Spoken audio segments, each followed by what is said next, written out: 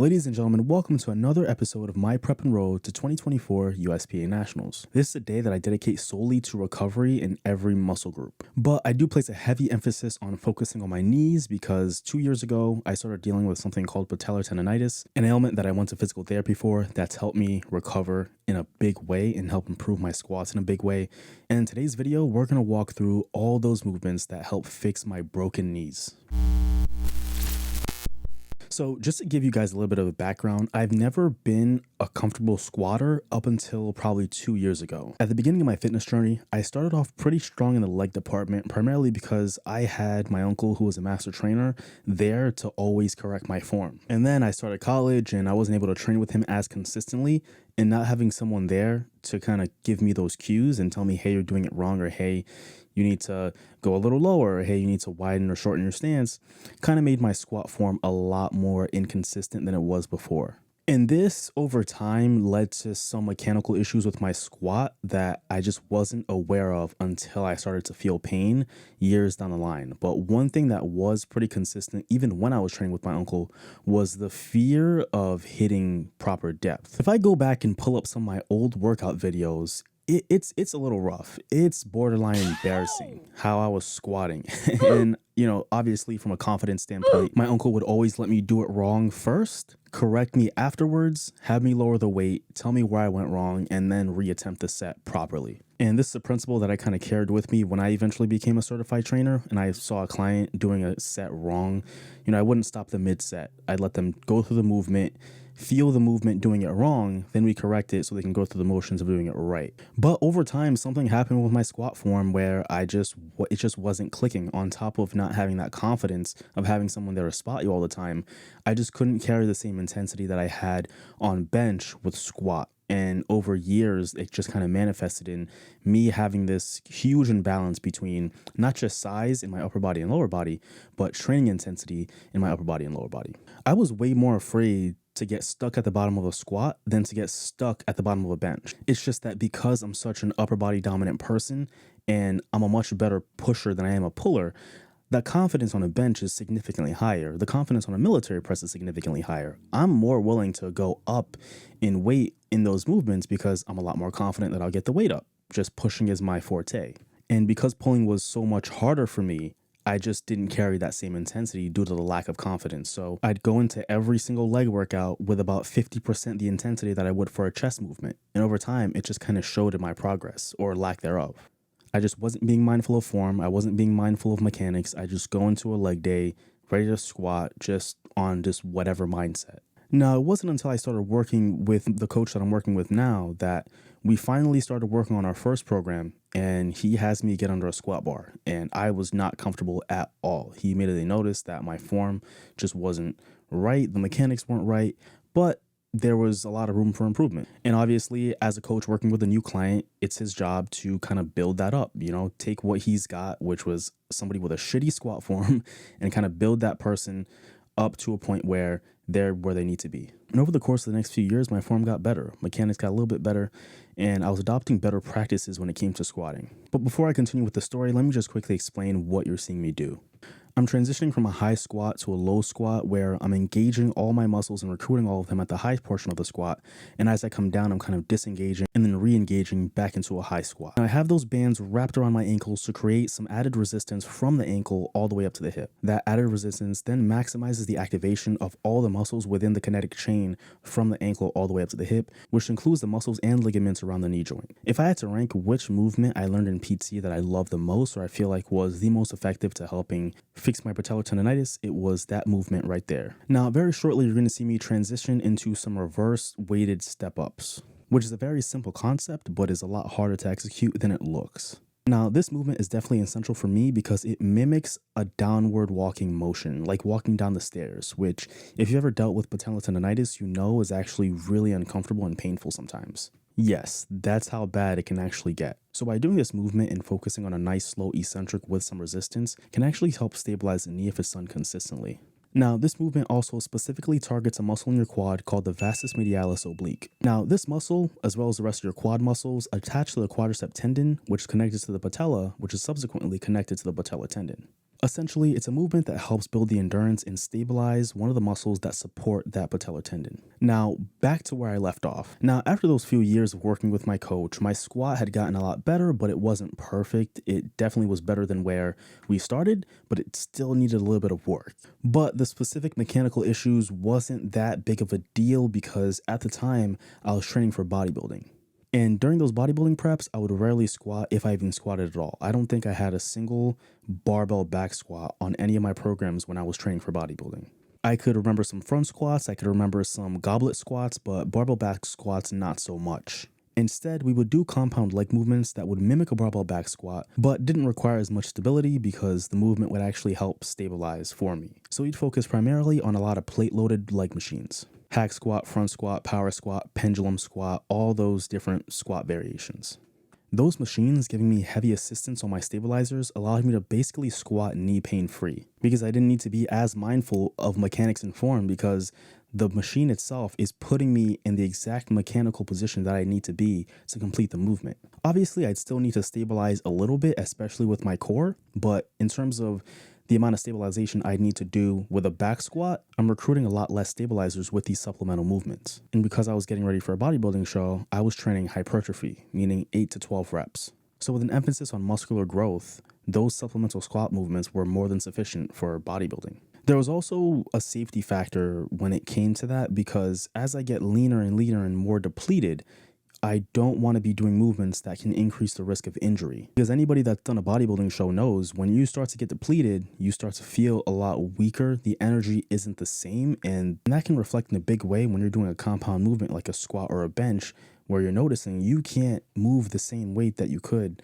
earlier in your prep. So instead of being depleted and struggling through a set of 225 on back squat, I'd rather just be able to do a lot more weight on those movements that can mimic that back squat while giving me that stability support. We've seen a lot of bodybuilders transition from doing a lot of those heavy compound movements to completely phasing them out of their program, which is definitely a debate for a different video, but that's just an insight on what I did during my preps. But after my last bodybuilding show, I was looking for a different challenge. I wanted to try something a little new, do something a little different, push myself in ways that I was a little more uncomfortable, and transitioning to powerlifting was the perfect way to do that.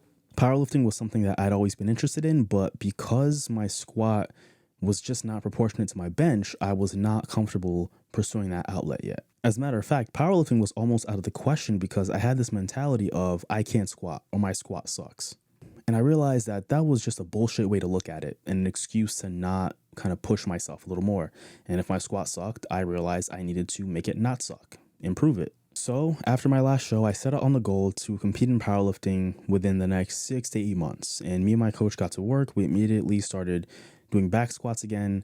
And that's when the pain started. Now, mind you, I was knee pain free for about a year before I decided to start powerlifting. And in the first few weeks of starting to back squat again, everything was fine until 2 weeks went by and 3 weeks went by and 4 weeks went by. And now we're slowly squatting a lot more weight. And now I'm dealing with knee pain that is so debilitating that even after a week, my knees haven't recovered. And I would wear knee sleeves every single training session. And at the end of it, I would find myself with my knees throbbing, in pain, unable to walk downstairs comfortably. And I would do everything I could. You know, I thought I was doing everything I could. I would ice them, I would elevate them, and still nothing would help. And it got so bad that every leg session, we just couldn't go heavy. We just couldn't progress. We literally could not add more weight to the bar because of my knee issue. I just couldn't physically squat more weight. I hadn't recovered from the previous training session. This was a massive issue. Because if I'm looking to compete in powerlifting within the next 8 months and my bench is progressing, my deadlift is progressing, and my squat is stagnant because I physically can't even do the movement anymore, that's something that I needed to address. It was shocking how fast I went from being knee pain free to now just this terrible pain all the time. And the quickness with which it happened is exactly what made me realize this is kind of an urgent issue that I need to address right away.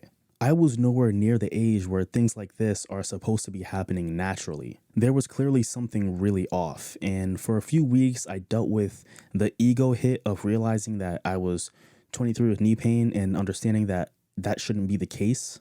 But at the same time, ignoring the fact that I was 23 with knee pain didn't change the fact that I was 23 with knee pain. That was my reality. If I ignored it, I'd never actually get to the root of the issue. I'd never be able to squat comfortably, and that just wasn't something that sat right with me. It just didn't make any sense.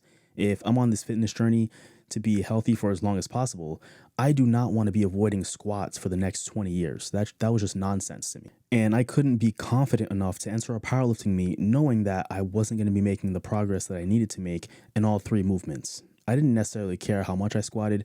I just wanted to make progress. And the fact that I was going backwards and regressing is what I just could not accept. So that's when I decided to go to physical therapy and see a professional that could actually tell me what was going on. And by some work of fate or the universe, my physical therapist ended up being a powerlifting judge, coach, and competitor. So he was actually the best person for me to work with because he can have a much better understanding of how to program my physical therapy exercises to align with my goals. And based on the first assessment that we did, he determined that it was 100% patellar tendinitis. And I even got a second opinion from another physical therapist that went to my gym who said the same thing.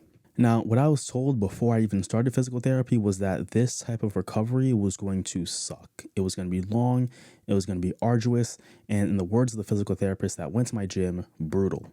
It was going to require a lot of slow eccentric movements, slow eccentric holds, and my entire workout program was going to be changed completely, subsequently derailing my hopes to compete in powerlifting in 8 months at that point. But at that point, I didn't care about competing in a certain time frame. I just wanted to be ready when I was going to compete. Getting my knees and my mechanics right was at the forefront of my mind. That was my priority at the time, and it definitely required checking my ego and keeping my ego at the door, because it's tough looking a certain way, being perceived a certain way in terms of how strong you are, and not actually lifting that way. But let me just pause here to explain what I'm doing now. Now, this is easily my second favorite movement that I learned in physical therapy. In this movement, I walk all the way back and focus on a slow eccentric as I walk forward, adding some tension to the knee. The entire idea of this is to force the knee to stabilize. So we're doing that on the eccentric portion, nice and slow, and just making that patellar tendon work as hard as it can to fight that resistance. The longer I can make it fight the resistance, the more it's working, the better endurance over time. But now that I go back and look at this movement, I can be doing a couple things better. For starters, I can have that band just a little lower on the glute, and I should be squatting a lot lower to create a lot more tension on the ligaments. But the most essential part of this movement is that slow eccentric as I walk back towards that pole. But speaking of slow eccentrics, that was the foundation of physical therapy for me. Every movement was really about slow eccentrics because that was the best way to stabilize that tendon. And that wasn't just exclusive to physical therapy, that also bled into my normal training. So at this point, competing within 8 months was completely off the table because now I'm in full rehab mode, full focus on just getting my body right, specifically those knees. And this is where kind of leaving the ego at the door comes in play, because you spend all these years training to get stronger, and then you have to kind of go backwards in weight, which mentally kind of makes you feel like you're regressing, but you're not. Because in the short term, sure, I can let my ego take over, continue to squat heavy weight with improper form, and never be able to progress past 315. I'd be completely limited for the rest of my fitness journey. Sure, I'd feel strong in the short term, I'd think of myself as strong in the short term, but I'm not progressing. In the long term, I'm not doing anything to help me get stronger. If I'm doing all these accessory movements to get stronger, and I'm building the strength to be able to squat 500 pounds, why not do what I need to do to be able to do that over a long period of time? Not taking a step back, going back to the fundamentals and fixing what needs to be fixed is just a reductionist mindset that would have just let me stagnate in the long term. Now, a quick aside about the movement that I'm currently doing right now, these are called terminal knee extensions. They target the same muscle that reverse step-ups target, the vastus medialis oblique, which again is responsible for stability and control of the patella. And now you're going to see me transition to just a single leg variation of this movement, which is same thing, targeting the same muscle, just adding another layer of difficulty for stability. My physical therapist did tell me that standing on one leg slightly bent was enough to really force those knees to work and stabilize just to stand. So adding some movement to that just makes it a little more difficult. But going back to what I was saying about staying stagnant, that just was no longer an option for me. And I knew that over the next 6 to 8 months, however long physical therapy was going to be, I wasn't going to be able to squat as heavy as I was used to. It was definitely going to be a lot different. My workouts were going to be a lot longer, but that was a transition that I knew was necessary for long-term growth. I realized that it's better to look weaker in the short term so that you can actually physically be stronger in the long term. But one more quick aside, as you see me start to do this movement on my left leg, you're going to notice the first few reps look perfectly fine, but as I continue to progress, that leg is going to start shaking uncontrollably. I'm talking, it's going to look a lot harder than the right one just for stability purposes. And right there, you see that shaking really start to get more intense. That left knee is really having a tough time mimicking the stability of the right one. And I've always been a right side dominant person. So stability, flexibility, strength has always been better on the right side than the left. And in terms of my knee issues, definitely the left one has suffered a lot more than the right. So that's why that shaking was looking the way it was looking. But my coach completely switched my training program, and I was doing physical therapy at least once a week, and all of my workouts involved super slow eccentric. I'm talking 10 reps of just the slowest eccentric possible at a moderate weight. And over time, as the stability in the knee got better, then we would slowly start to increase the weight and just see what my body could handle. So this meant going back to 135 barbell squats with just super slow eccentrics. And, as crazy as it sounded in the moment, it was significantly harder than I thought it was. So much for being strong. And those were moments where I absolutely had to get humbled, realizing that, yeah, this was the source of the issue. So once I finally kind of got to see it in action, it just made going through physical therapy and through my training sessions a lot easier. So slowly but surely, every single week, we'd kind of increase the weight incrementally to whatever I could handle. And I slowly started to notice that stability over time was definitely getting a lot better. So just a quick aside on what I'm doing here, these are some weighted reverse walks with a sled. Walking backwards puts a lot less pressure on the knee while also targeting the quad muscles, which, as we know, support the knee. So being able to progress with this movement with more weight over time can actually help strengthen the knee while also limiting knee pain. Another really good variation of this is to do this on a treadmill, just walking backwards. But in terms of my training program, over the course of a few weeks, I found myself up to 225 and 235 and even 245 doing these really slow eccentrics, feeling completely stable. And once we got to that point, my coach decided we can start testing some 1-rep maxes, some heavy weight.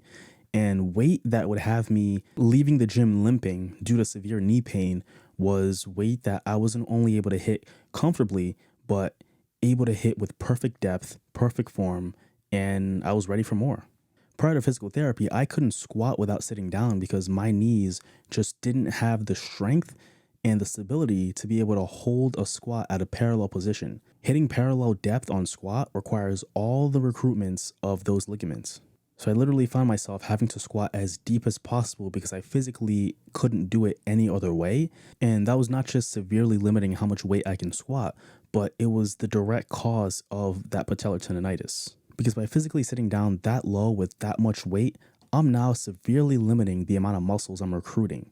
Not only that, but going that low and maintaining engagement in your glutes and calves and everything becomes significantly harder. And I would disengage completely at the bottom. Like I was completely past the point where I'm even engaging anything. I'd be sitting down with all that weight in my back, completely disengaged, having to re-engage at the bottom, which is now putting a significant amount of stress on that tendon. So, going to physical therapy to fix my knees to begin with, and then being able to go back to the basics with my mechanics to get to a point where, I'm hitting the depth that I need to while maintaining engagement while I'm hitting depth has been instrumental in helping my squat get to where I need it to be.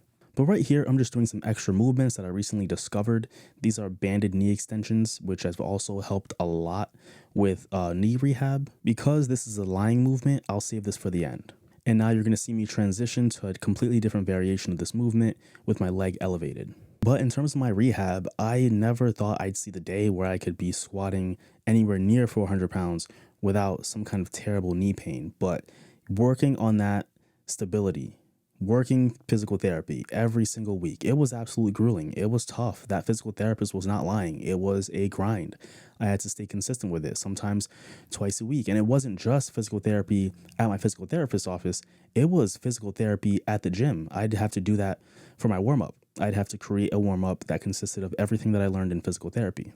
And before I knew it, those 6 months of treatments went by like that. before I can even realize it. I was hitting 405 for the first time at the depth that I needed to with zero knee pain, and it felt great. And 1 year prior to that, I couldn't fathom hitting that kind of weight. It just didn't even seem realistic to me with the way things were trending. But, just within 6 months of just going back to the basics, back to the fundamentals, I was able to allow my body to get to a place where it could maximize my strength, because the strength was there. The strength was always there, but the mechanics weren't. And that was holding back my overall progress. So going back to the basics, leaving that ego at the door was exactly what I'm glad I did, because before I knew it, in the long term, that strength was back, which contributed to some confidence. And now I'm hitting leg day with the same intensity that I can hit with chest day. And that overall shift in mindset has led to a significant change in the way that I attack leg day now. So once I got to a point where I was finally squatting knee pain free, I registered for my first powerlifting meet in Virginia, and I got right into that prep. I didn't even care how much I squatted at this meet. I was more worried about my progress on squats being proportionate to bench and deadlift. And once I was there, I competed in my very first powerlifting meet, and I ended up doing pretty well, getting first place. Something that wouldn't have happened without the support of my physical therapist and everything he taught me. Something that wouldn't have happened without the support of my coach being able to change my program to support my physical therapy, and without the support of my friends as well. So, I would have never gotten there if I couldn't just address the issue and go back to the basics. So if there's any lesson to be learned from my journey with physical therapy and how it's helped me, it's that getting to the root of any issue, even if it means having to regress in certain ways in the short term, is just way more beneficial in the long term, especially if you're actively targeting the root of the problem. I'm Koffi. Thank you so much for watching. Catch you in the next one.